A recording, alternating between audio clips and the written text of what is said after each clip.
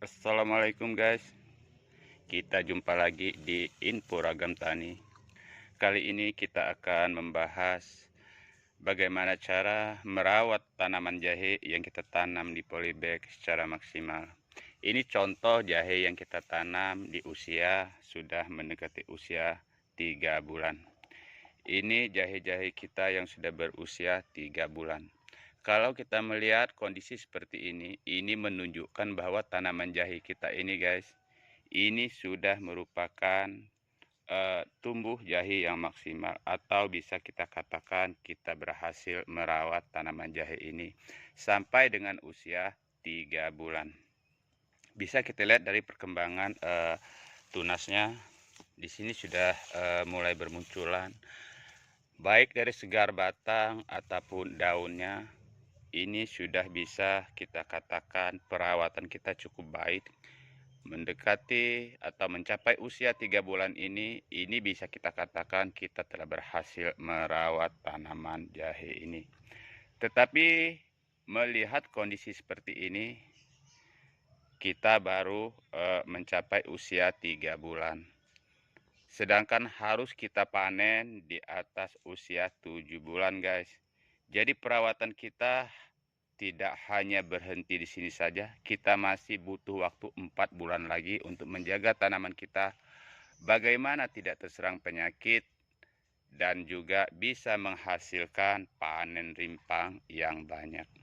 Untuk barometer keberhasilan di dalam menanam jahe ini, kita tidak bisa hanya melihat dari segarnya batang atau hijaunya daun ataupun tingginya batang.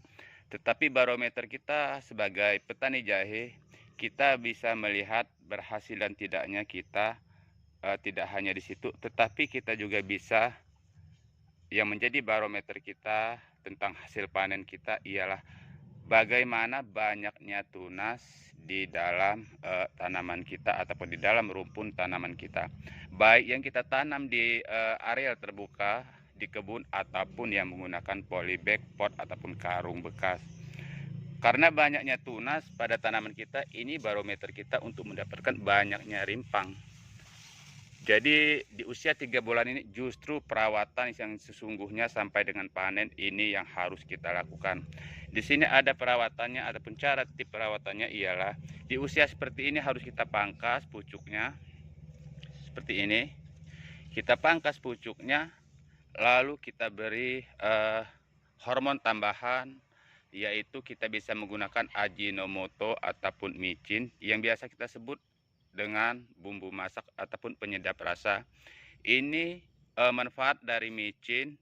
Ini maaf di sini tidak perlu saya tunjukkan, tentu kita semua mengenal yang namanya micin.